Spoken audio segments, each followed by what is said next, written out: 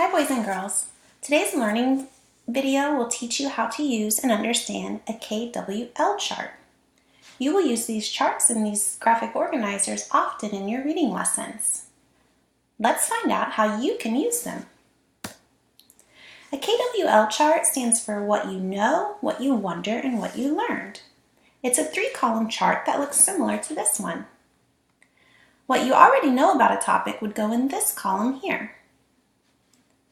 Whatever you're wondering or would like to know and learn more about, you would write in this column. After you've done your reading and you've learned, you would write the information you learned about your topic in this column. Let's check out my example. I was recently reading a book about bats. Now, before I started reading, I thought about what I already know about bats. So one thing I knew was that bats are nocturnal mammals. So I would fill that in what I know column.